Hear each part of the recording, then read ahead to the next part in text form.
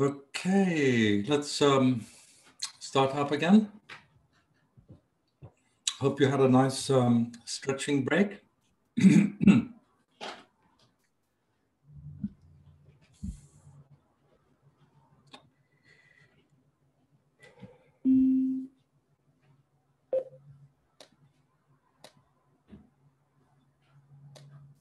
Peter, can you clarify about the Holmስ? Because in Israel and in Europe, we have no problem with the Holmס and the amount, and we use this herb a lot.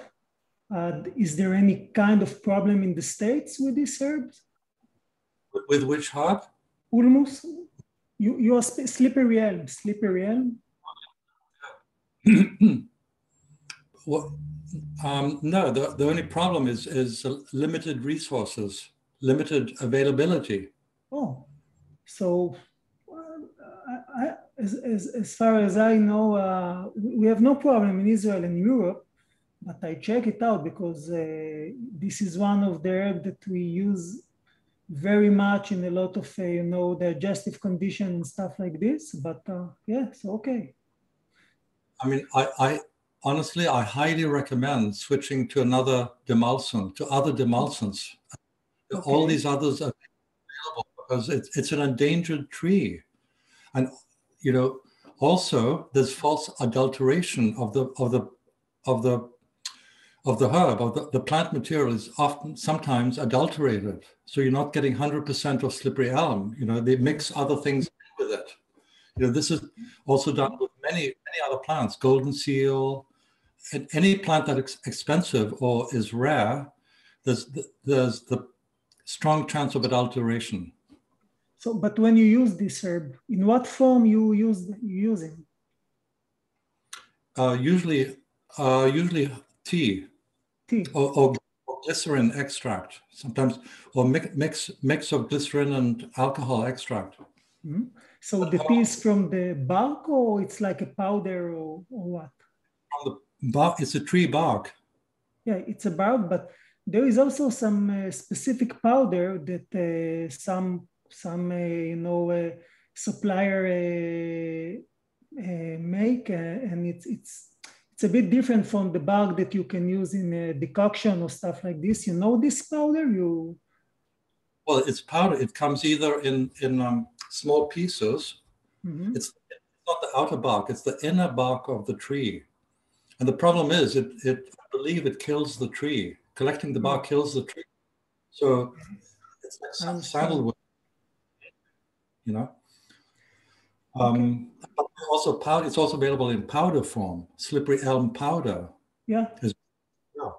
But it's easy to adulterate the powder with other herbs, which reduces the.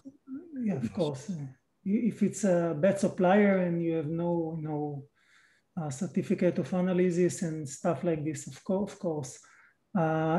Would you like to answer some question now, or you want to continue or leave the question for later on? I'd like to take questions now.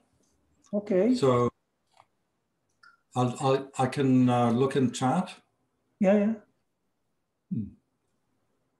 Okay.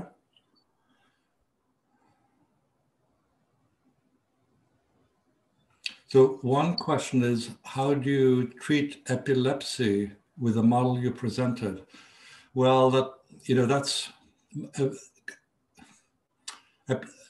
it's a combination of tension and weakness, epilepsy, so you have to use relaxants as well as restoratives. I mean, that's about it. And then treat whatever you see, treat whatever you find, You may have epilepsy with cold, other types with heat, but essentially, because it involves the neuromuscular system, it's a combination, it's a dysfunction of tension and weakness, essentially. Another question is, do astringent herbs dry, damp, and move blood and fluids? Yes, but not all of them. Astringent herbs there are many astringents, and some of them focus on activating or moving the blood for example, in the venous circulation, like yarrow, broom, like what's the name? Horse chestnut. I forget the botanical name. Horse chestnut. Others work more on edema, astringents for edema. But then many other herbs treat edema without being astringent. So that's why I say astringent herbs. Some astringents treat damp, but not all, and so on, right? Aesculus, Hippocastanum, horse chestnut. Yeah. A very important European herb to move the venous circulation and the pelvic venous congestion, right? So it works on blood congestion or blood damp, right? Yeah, there is a lot of confusion with the astringent and the blood movement because Yarrow, Achillea, and Aesculus, actually they are moving the blood when there is a stagnation, even though they are astringent. So a lot of practitioners have some problem with this individual points. So it's a very important one, I think so. Yeah. And the way to think about it is when you it's like tightening a tube of toothpaste. I don't have one here, but if you had like a tube of toothpaste, you squeeze it and the paste comes out. So that's a simple way to understand it. Yeah. Next question is, can you explain what makes bupleurum sedative? How does it work? Well, yes, it's a sedative because in the vitalistic sense, in an energetic medicine sense, it's sedative because it clears heat, it relaxes the nervous system, actually relaxes the immune system.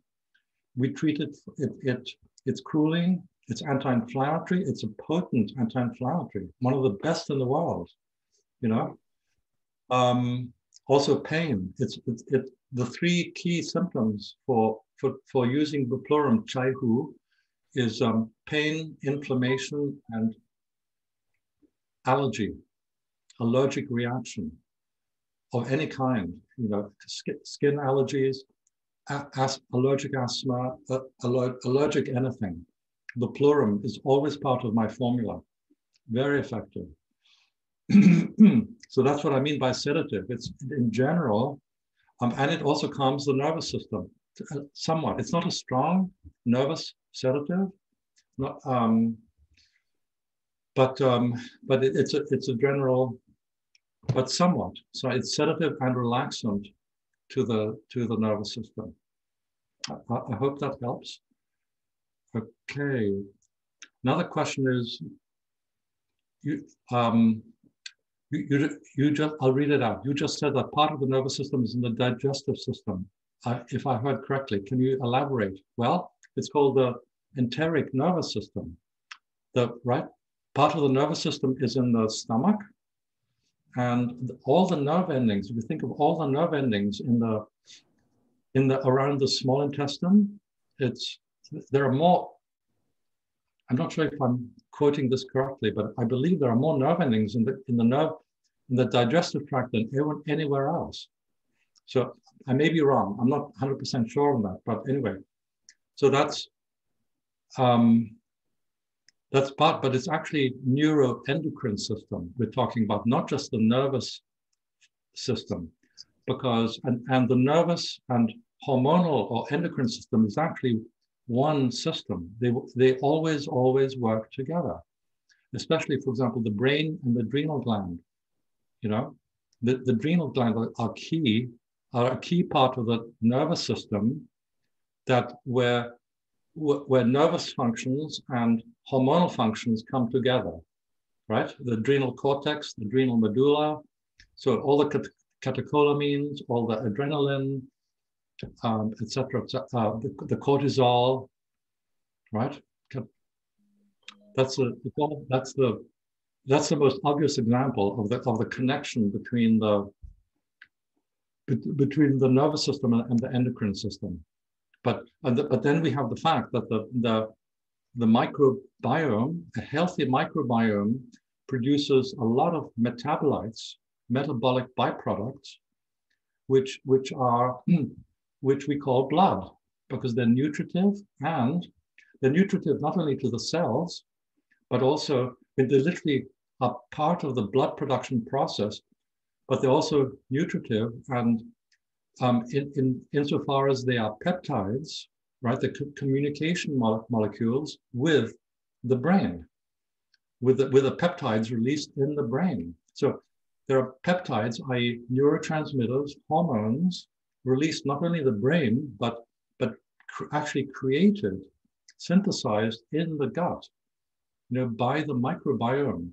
This is how important it is to treat a dysbiosis of the microbiome, because when you have a microbiome dysbiosis, then you're not feeding the brain properly. The insufficient production of hormones, neurotransmitters, etc., for brain health, and the brain is extremely important. Right? So I hope that helps. Another question is, where would you place autoimmune disease in your diagram? Whoa. Again, so autoimmune disease is an example of faulty immune functioning as a result of 3 terrain conditions. Again, I don't want to go into this, elaborate too much, but the 3 basic, I can narrow it down to 2. The 2 basic terrain disorders that create autoimmunity are, number 1, microbiome dysbiosis, which I just talked about, right? Which creates a lot of toxicity in the gut. It creates toxicity in the gut, toxicity everywhere in the whole body. That upsets the immune functions. Immune system can only function if the fluids are clean, if the cells are clean, if elimination is occurring properly. You know what I mean? The immune system is so dependent on the nervous system, the endocrine system, and a healthy microbiome, those 3, right? So microbiome dysbiosis can cause us allergies, and then move on to autoimmunity and cancer. The second disorder, the second terrain condition or underlying condition that creates autoimmunity is adrenal dysfunction, which can be either hypoadrenal function or hyperadrenal function. And it can involve either the cortisol aspect or the adrenaline aspect. And honestly, it's too complicated for me to go into right now. I hope we can do this another time.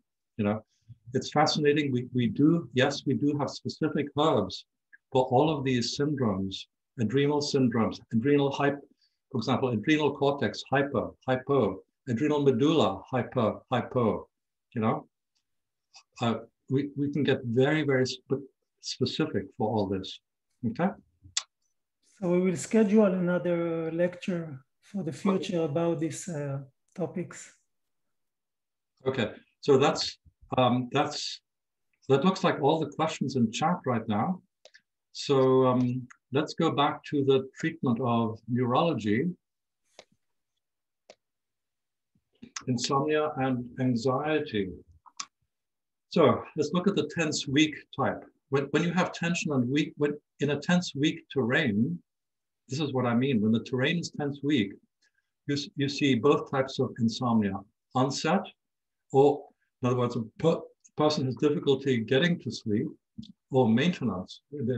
They tend to wake up during the night, and then they have either poor quality sleep or they can't go back to sleep. Okay, we'll see neuromuscular tension because of the tension, right? The mind is racing. They have repetitive thoughts. Oh, sorry, I meant to. Okay, here we go. Tense, weak type. Racing mind, repetitive thinking, anxiety, worry. Anxiety is more general, more unconscious. Worry, I define as being more specific, with certain worry about something, okay? Anyway, then, but at the same time is weak, tension and weak together, the two opposites.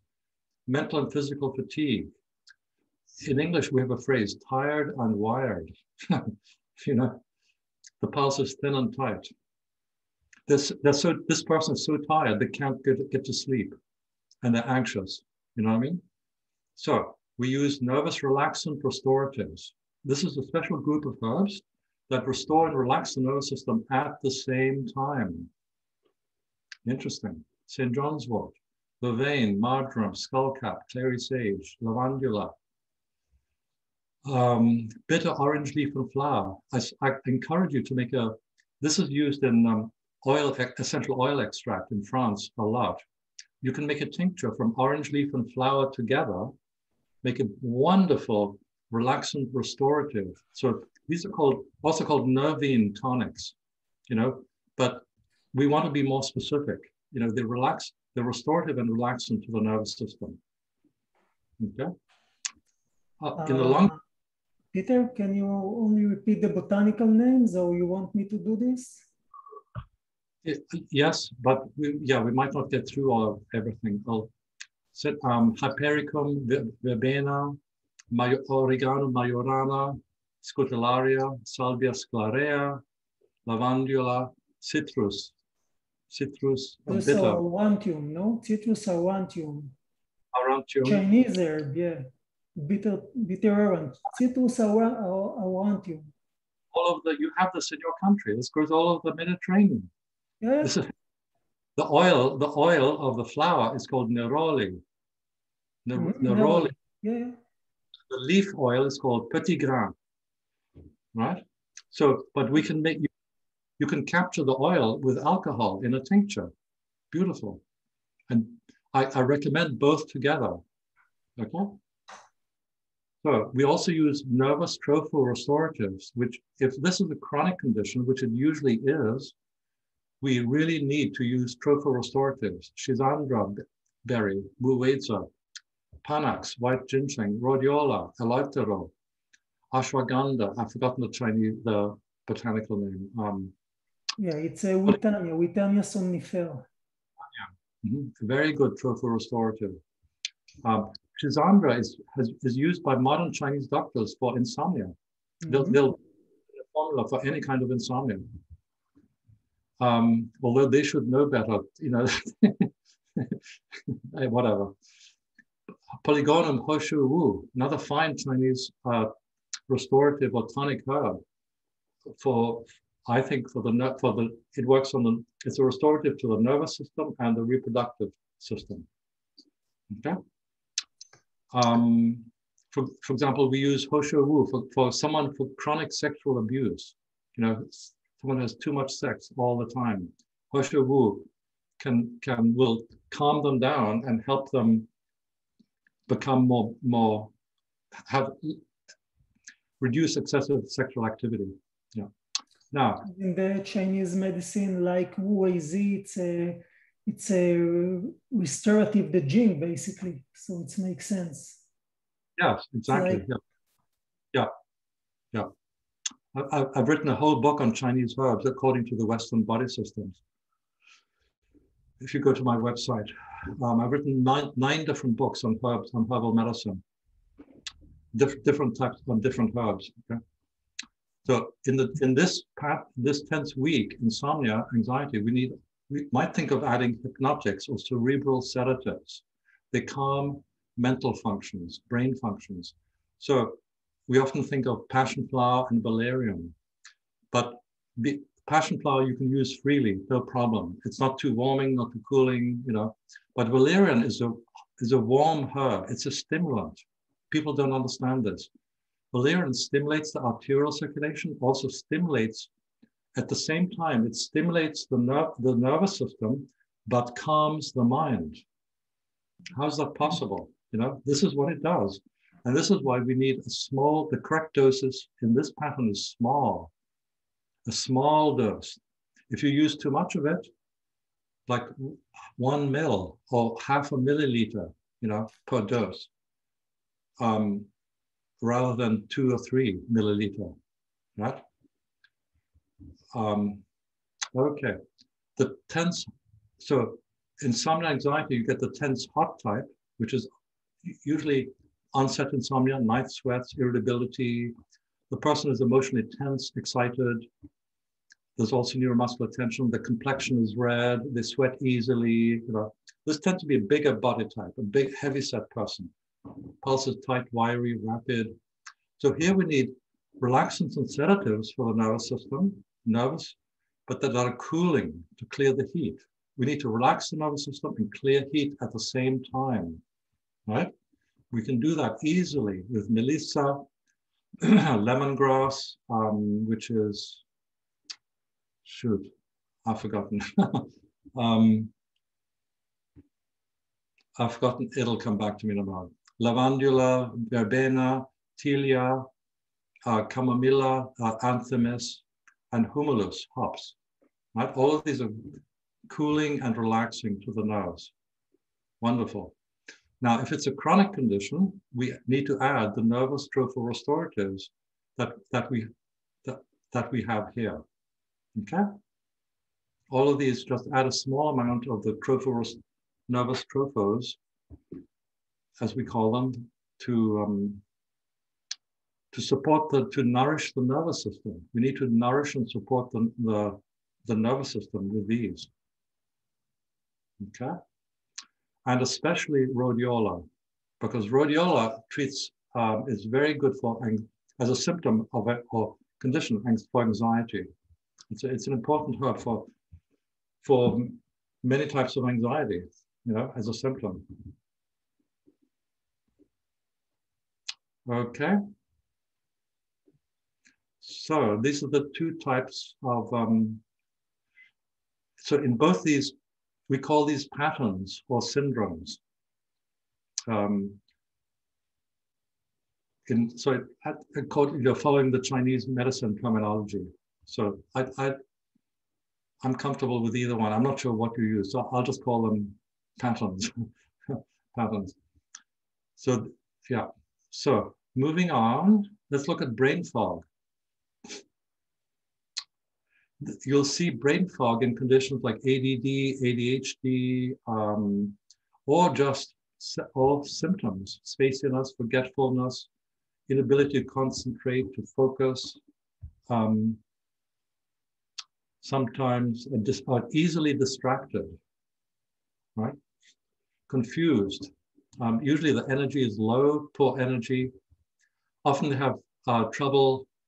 Often these people get off to sleep okay, but they have trouble maintaining sleep. They wake up easily in the night, or especially in the morning, in the early morning, right? So the brain isn't nourished. So the idea here is that the brain isn't nourished sufficiently in order to maintain adequate sleep, right? So we need to stimulate cerebral functions.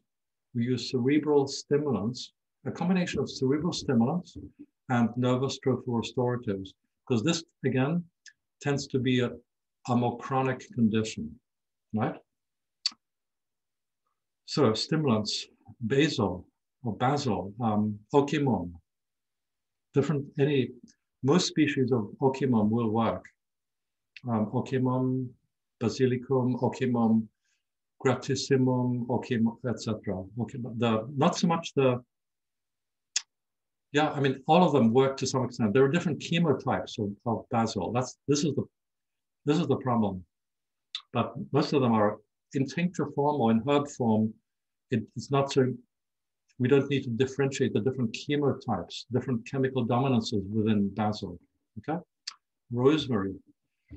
All of these are well known for stimulating cerebral functions, mental functions. Rosemary, sage, hyssop, rosmarino, salvia.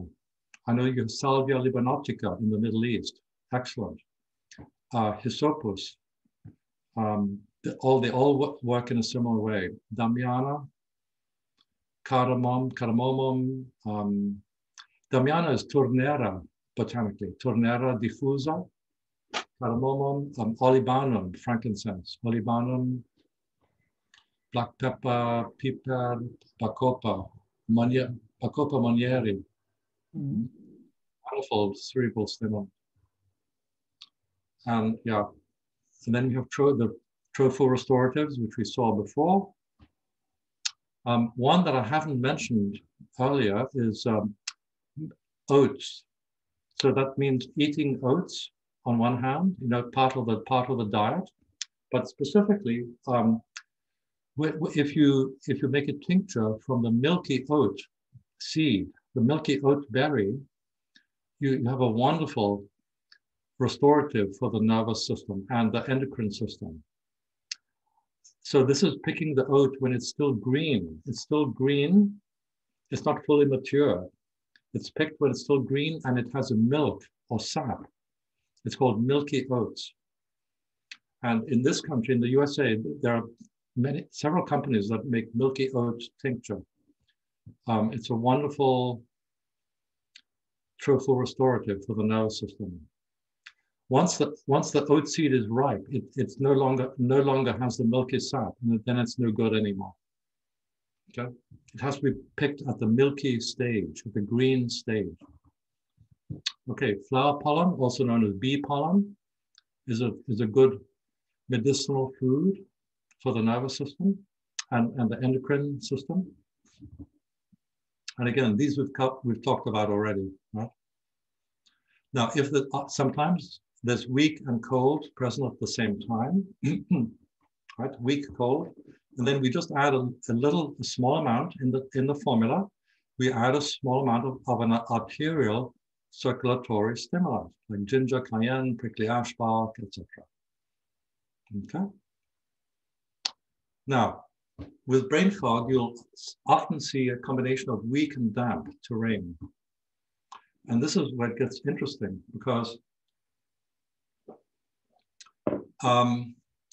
the energy has a particularly sluggish quality. The person doesn't feel like exercising. The weak damp type of person, it's difficult to get them to do regular exercise. They're lazy. They don't feel like it. But once they get into it, once they experience how good they feel with even a little bit of exercise, they can enjoy it. They can start to enjoy it. Anyway, they're forgetful. They have difficulty concentrating. Here's another key symptom. They worry and ruminate, or they have repetitive thinking. I've mentioned this before.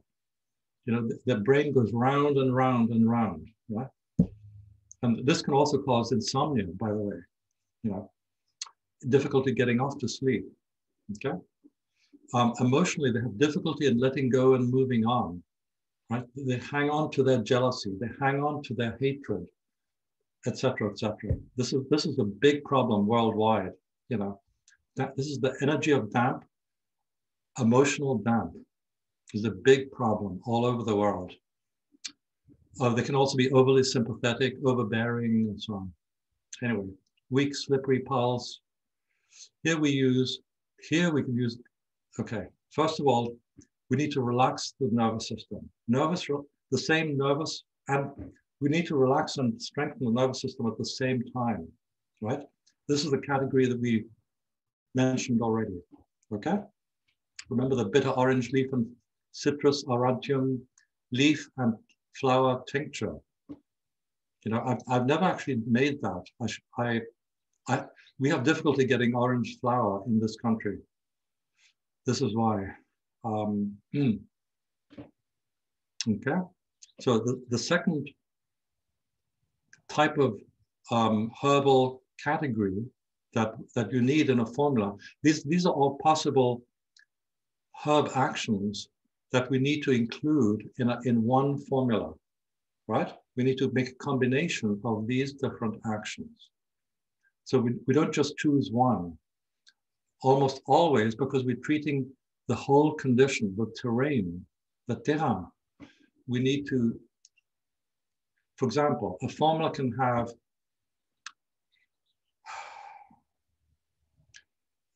can have 50%, up to 50% of this category, of this action, maybe 20% of this one, and 5% and 5%. Or it can be reversed. In some people, you really need to treat the liver organ with liver stimulants, decongestants, and diuretics. That can be up to 40, 50% in some people who are damp. and then 25% relaxants, restoratives, 25% nerve tropho-restoratives, right? So you need to decide for each individual patient the balance of these actions, right? So it's not about choosing herbs, it's about choosing the action. It's about the treatment intention. This is what's important, the treatment intention, much more than the particular herb, okay? So here we come to the metabolic region, liver stimulants, liver decongestants, like dandelion, taraxacum, yellow dock,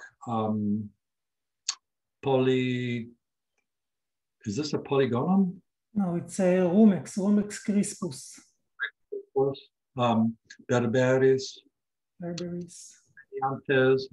Meniantes, beautiful herbs. Because all over Europe, there's a lot in Europe as well as the USA. Yeah, so unfortunately in Israel, it's not allowed to use this herb anymore. We used to use this herb a lot before, but today it's impossible. Yeah.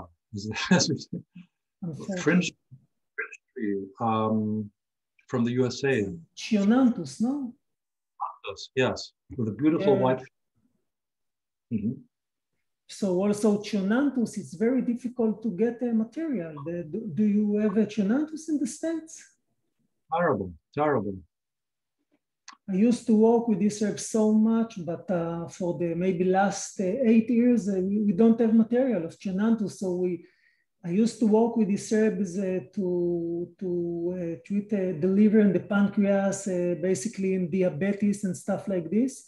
So today I'm using Mordica, the bitter melon instead, and yeah. Also Suma works on the liver as well to some extent. Especially Suma works great on the pancreas. It's excellent for blood, any kind of blood sugar imbalance. Suma, Pfaffia paniculata. I will be glad to get some monograph of this herb from you, and because I don't know this herb at all. So, okay. In Brazil, they call it the Japanese communities in Brazil call it ginseng. It's the Brazilian ginseng. Brazilian ginseng. Never heard about this. Pfaffia paniculata. Mm-hmm. Okay, very interesting. You might want to use, in this weak damp terrain, you might want to use diuretics, like cleavers, gallium, aparine, burdock, I've forgotten. Juniperus. Yeah, burdock, it's Arctium lapa. Arctium lapa, juniper. Yeah, sorry. What's goldenrod?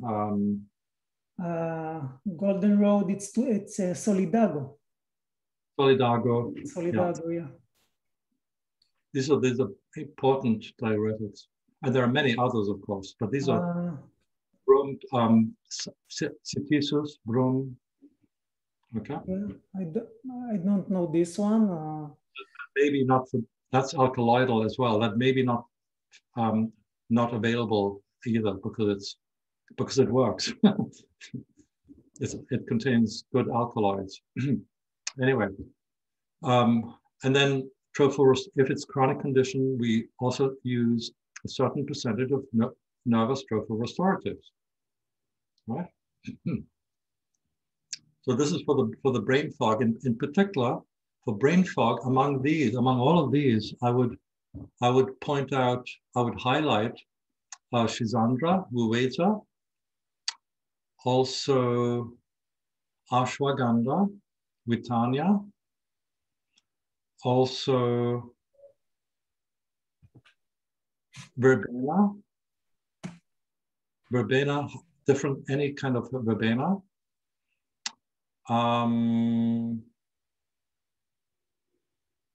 Those are the main ones and also to some extent the white ginseng also. Those are the main ones that work particularly well on the brain. I mean, rhodiola as well, but it also treats anxiety. You know, if you see anxiety at the same time, then then rhodiola and vervain and skullcap become top choices. You know, and you see that. You see brain fog with anxiety, vervain, skullcap, rhodiola. Okay. Moving on to depression. And I think this is the last one, right? So depression. So clinically, we have three types of depression.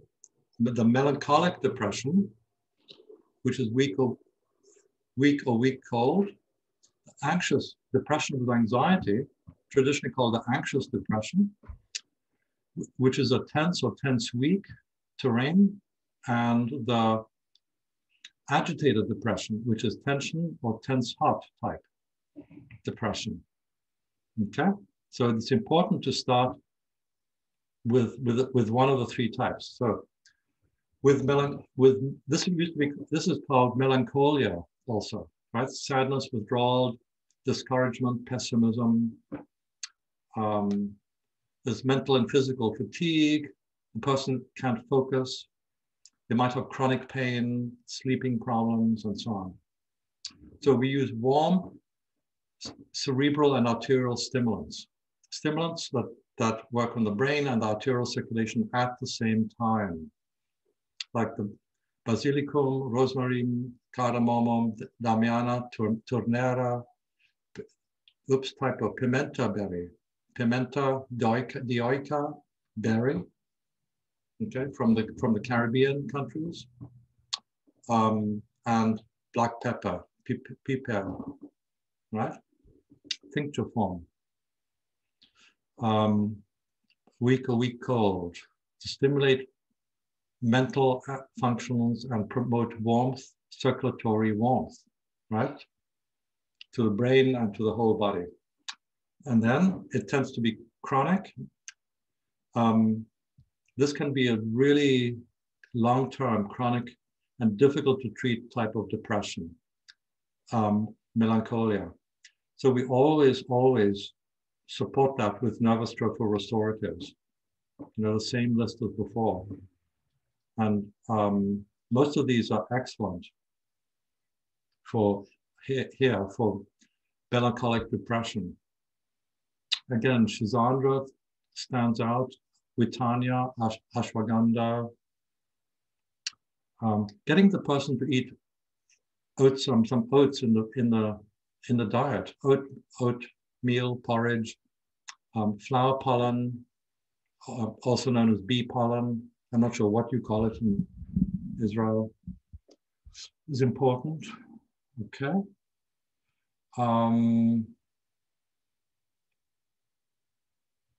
Yeah. Okay. Next, we have the anxious type of depression. So this is an interesting pattern because you see anxiety and depression at the same time. And the main symptom, the main problem or symptom might be either depression or anxiety. So you can look at it either way, right? The person can say, "Oh, I'm anxious I suffer from anxiety." But if you ask them more closely, you'll find that they're depressed at the same time. So we call this either anxious depression or depressive anxiety. Same thing, right? Because you have them both together. So anxiety, depression for no reason. I mean, this is difficult to establish because there's plenty of things to be depressed about, right, nowadays. Mood disturbances. These are more typical, more useful symptoms. Mood disturbances. Mood swings as well, mood swings. They tend to be tired all day. Difficulty with concentrating. Chronic menstruation problems of any kind. The immune system tends to be weak. Frequent infections. Tightness in the throat. Puffy face, dry skin. Often, this is because of lack of T3 to T4 conversion. So thyroxine is not converted properly to its active form, T3, in the cells because of liver congestion, because of old age, because of toxins, many reasons, okay? So this This we also call hypothyroid syndrome. Hypothyroid syndrome, and in which case the blood test is normal or even high. Thyroxine T3 can be, T4 can be high, but you get all these symptoms, right? So hypothyroid syndrome because of lack of conversion from T3 to T4. Very common, very, very common. So we need to choose among these three main treatment functions. Nervous relaxant sedatives that we talked about already. Lavender clary, lavandula, salga sclarea, oregano majorana, Hypericum balota, or Marubium nigrum, or niger, or whatever, also called balota. I'm sure it grows in the Middle East, actually. Anthemis nobilis, Tilia, California poppy, mild, very mild, for children, mainly for children and sensitive people. What's the, I've forgotten the botanical name, Passiflora as well, pretty mild. Okay, and then we need to, in the formula, we need to choose stimulants, warm again, warm cerebral and arterial stimulants for the circulation and the mind. Basil, basilicum, rosmarinus, amomum, cardamomum, turnera, damiana, pimenta dioica. Pimenta dioica is also known as allspice in the kitchen. It's the same as the spice, allspice in English, anyway. Piper, black pepper. And then finally, the nervous trophic restoratives, which we mentioned, if it's chronic, and which it usually is. All of these easily become chronic, right? So the person who's anxious and depressed, usually they look like they're busy all the time. This is not a clinical tip. They look like they're busy and achieving a lot, but they're actually running around in circles, achieving very little. You know, they're running around in circles, keeping busy, but doing nothing, because they're too depressed to actually accomplish a whole deal. Okay? And the last type, tense or tense heart. This is the agitated depression. Okay? Similar to the anxious, but here you have the irritability, restlessness, anxiety, palpitations, right? There's nervous and emotional tension and heat rising up to the head, right? Causing these symptoms. There's cardiovascular tension and heat, anxiety, palpitations, insomnia. The facial complexion is red. They sweat easily, and so on. The pulse is tight, rapid. That's a rapid pulse and a slow pulse is easy to take. You know, if you want to learn, if you don't use pulse diagnosis, learn just rapid and slow. That's easy. You know, we can all do it. So here we need to use cool nervous relaxants and sedatives at the same time. Cooling herbs that relax the nervous system. Melissa, lavandula, etc. Tilia, majorana, humulus, marubium nigra, Anthemis nobilis. Okay, and then most of also cardiac relaxants, Leonorus, lavandula, Crataegus, and Pimpinella anisum, strong cardiac relaxant, right, in tincture form, also used in essential oil form. Bugleweed, like Lycopus from the USA, Cereus grandiflorus. This is night blooming cactus, which grows all over the world. I know that. Night blooming cactus, Cereus grandiflorus, different species of Cereus. A powerful relaxant for the heart, slows down the heartbeat, excellent for dangerous palpitations, right? Palpitations can kill, you know. Valeriana, Good, but it's warming. Be careful. It's valeriana also relaxes the heart functions, but it's a stimulant as well. So you need to learn, be careful when you use it. Nepal's spikenard, also called jatamansi. Okay, very good, important cardiac relaxant from India, from Ayurveda. This is Nardostachys jatamansi in botanical, right? And finally, because it's a chronic condition, again, we pull out the nervous stroke for restoratives. Okay. So before we switch out, here's my author contact. If you have any, this is my direct email. If you have any questions, my website is, I have two websites, snowlotus.org and snowlotusseminars.com. I give seminars in English, obviously, from time to time. I have a website, etc. But now I'm really curious to see if you have any questions. So I will go to chat. So Peter, first of all, unfortunately, since the morning we were under a missile attack, and in the last 10 minutes I have to went to the safe zone because also in the center of Israel there was now a missile attack. So it's a crazy situation. Okay, this is I'm going to read it out. We do treat a patient with manic depression and psychosis. To stop, would you advise them to stop taking psychiatric drugs on her own again and again? Slowly. I would once you put them on herbal medicine, then slowly reduce the dosage of the drug, but increase the dosage of the herbs. So you get a crossover effect, right?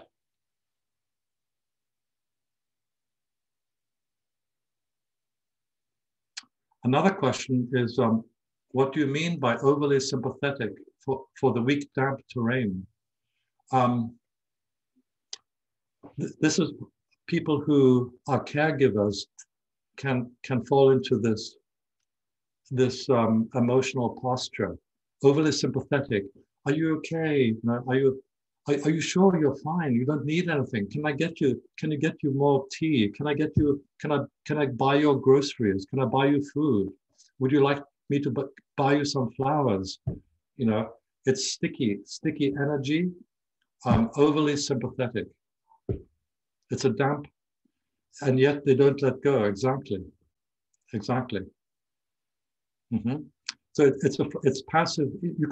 Psychologically, you could call it passive aggressive. It's a passive form of being aggressive. Yeah.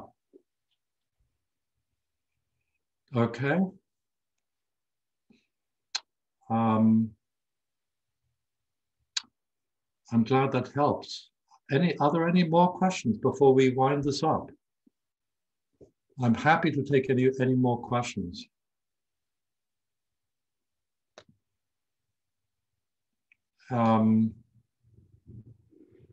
Okay, if they're not, then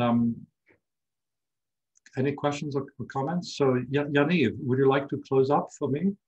I just want to say thank you for being here. Thank you for listening and for attending the conference. I think I hope this is helpful. I'm hoping also that this will maybe put different types of information together for you, because we have the information from Chinese herbal medicine, information from Ayurveda. This is hopefully a bit more eclectic, and joining together allows you to integrate the different approaches in a unified form, to put it all together, in other words. I hope this integrates some ideas for you, and of course I really hope it's useful for your clinical practice, which is the real point of all this.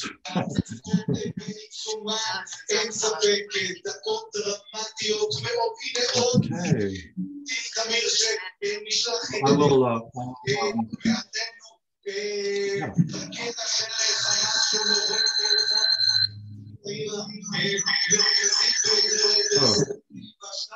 Peter, can you hear me? hang on. Can you hear me, Peter?